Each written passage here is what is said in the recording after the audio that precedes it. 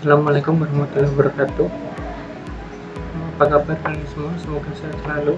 Pada kesempatan kali ini, Bapak akan membahas mengenai pengetahuan dasar geografi. Sebelum itu, kita harus mengetahui apa sih geografi itu. Geografi berasal dari kata bahasa Yunani yaitu geo yang berarti bumi dan graphein yang berarti tulisan. Jadi secara garis besarnya, geografi dapat dimaknai sebagai ilmu tentang bumi. Nah, ilmu tentang bumi di dalam geografi ini bisa dipandang melalui sudut pandang ruangan atau kewilayahan. Jadi segala sesuatu yang ada di bumi ini bisa dipelajari dalam ilmu geografi dalam sudut pandang keruangan atau kewilayahan. Nah, secara maknanya, geografi adalah ilmu yang mempelajari dinamika kehidupan baik secara fisik maupun non-fisik di muka bumi dalam konteks keruangan dan kewilayahan. Nah, pada pengetahuan dasar geografi, kita akan membahas mengenai ruang lingkup geografi, aspek geografi, objek studi geografi.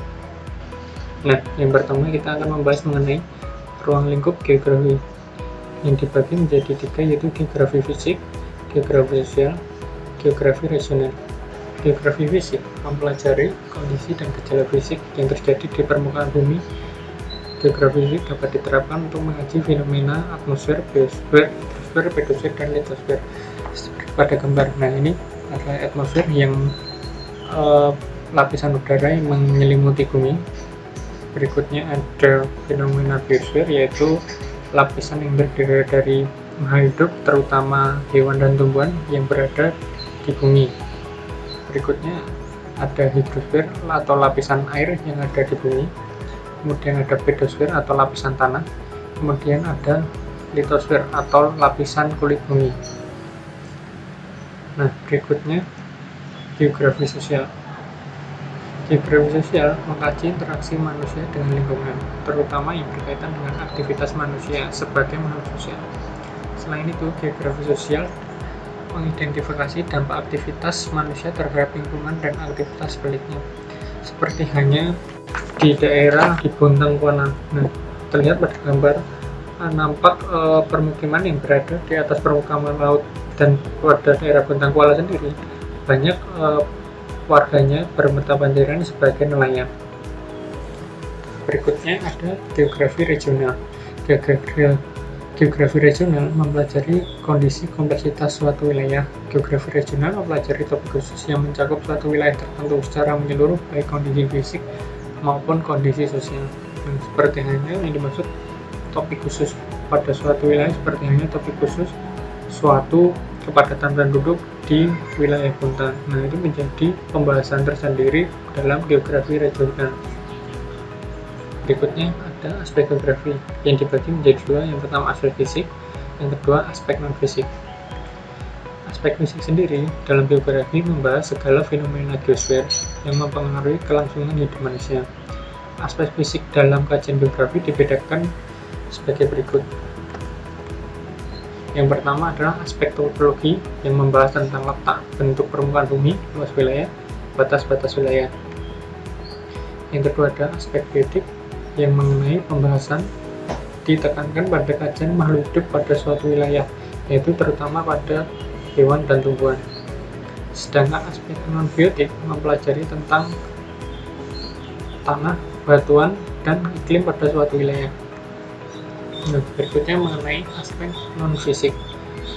Aspek non-fisik sering disebut dengan aspek sosial. Aspek non-fisik geografi mencakup kajian tentang kegiatan manusia dalam kehidupan sehari-hari. Contoh aspek non-fisik dalam kajian geografi sebagai berikut. Yang pertama, aspek sosial membahas tentang tradisi, adat istiadat, kelompok masyarakat, dan lembaga sosial.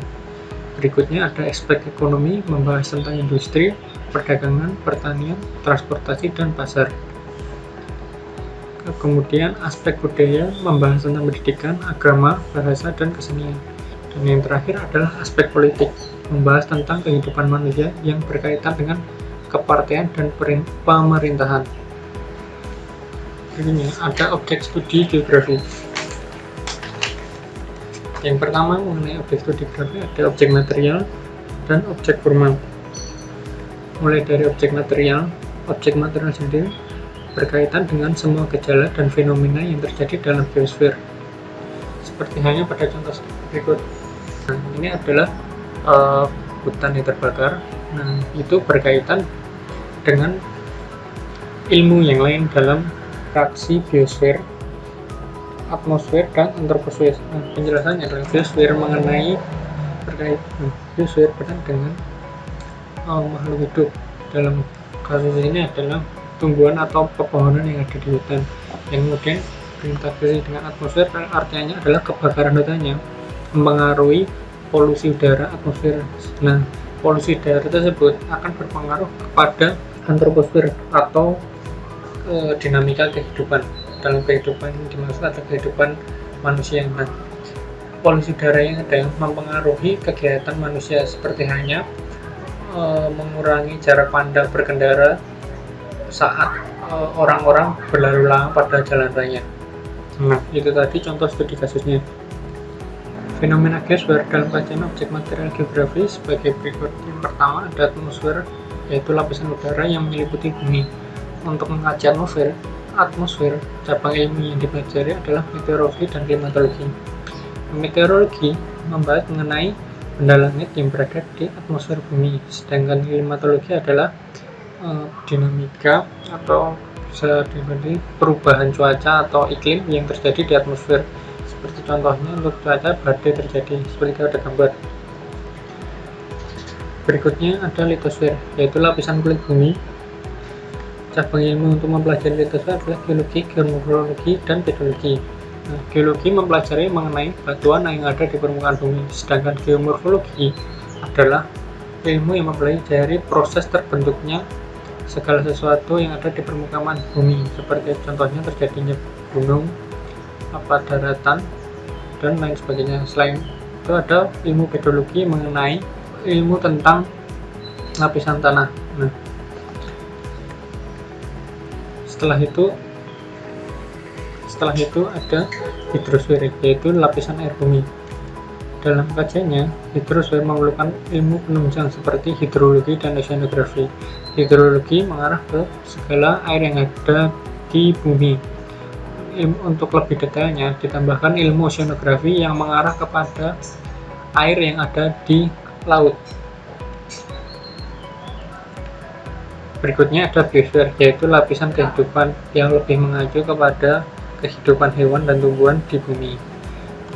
Cabang ilmu penunjangnya adalah biogeografi, zoologi, dan ekologi. Biogeografi merupakan ilmu tentang keanekaragaman hayati berdasarkan ruang dan waktunya.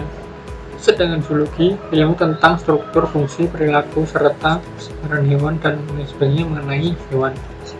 Kemudian ada ekologi dan ilmu tentang interaksi makhluk hidup dengan lingkungannya.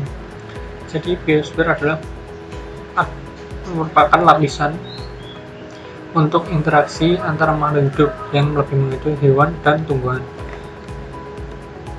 Berikutnya ada antroposfer, yaitu dinamika kehidupan manusia di bumi. Cabang ilmu penunjangnya adalah antropologi. Seperti halnya pada contoh dinamika kehidupan, salah satunya adalah sosialisasi yang terjadi di suatu masyarakat atau lingkungan sosial. Nah, berikutnya ada objek formal. Objek formal itu berkaitan dengan objek materialnya. Objek formal lebih mengarah kepada cara pemecahan masalah fenomena geosfer, berbeda dengan objek material yang lebih dengan bahan yang dikaji. Pemecahan masalah tersebut yang ada pada fenomena geosfer menggunakan beberapa sudut pandang, yaitu keruangan, kewilayahan, kompleks wilayah, dan waktu. Sudut pandang dalam kajian objek formal geografi memunculkan konsep 5W1H. Penerapan konsep 5W1H untuk proses identifikasi fenomena geosfer di suatu wilayah dapat dipaparkan sebagai berikut. What, apa yang terjadi. Where, di mana fenomena tersebut terjadi. When, kapan fenomena tersebut terjadi. Why, mengapa fenomena tersebut terjadi. Who, siapa yang terdampak akibat fenomena tersebut. Dan terakhir ada how, bagaimana fenomena tersebut terjadi. Nah, salah satu contoh studi kasusnya adalah seperti pada berita berikut. Nah, yang pertama, buat apa yang terjadi? Yang terjadi adalah erupsi Merapi bersamaan dengan gempa Bantul. Yang kedua adalah where, di mana fenomena tersebut. Nah, berarti yang terjadi adalah di daerah Bantul ya. Bisa diketahui dari beritanya. When, kapan fenomena tersebut, itu bisa diketahui dari waktu yang dijelaskan pada berita tersebut. Nah, ini dijelaskan terjadi Senin tanggal 14 Oktober 2019. Dan untuk mengapa fenomena terjadi pada berita dijelaskan karena terjadinya aktivitas vulkanik.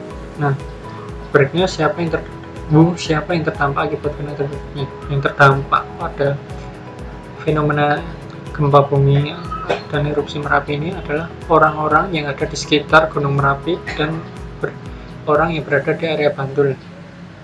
Nah, yang terakhir ada bagaimana fenomena tersebut terjadi. Nah, dalam berita dijelaskan fenomena ini terjadi karena adanya aktivitas tektonik yang mempengaruhi aktivitas vulkaniknya. Jadi, adanya gempa memicu terjadinya aktivitas gunung api Merapi, yang mengakibatkan adanya erupsi atau munculnya awan panas. Nah, itu tadi merupakan pembahasan mengenai ruang lingkup, aspek, dan objek studi geografi. Terima kasih atas perhatiannya. Sampai jumpa di lain waktu. Assalamualaikum warahmatullahi wabarakatuh. Terima kasih.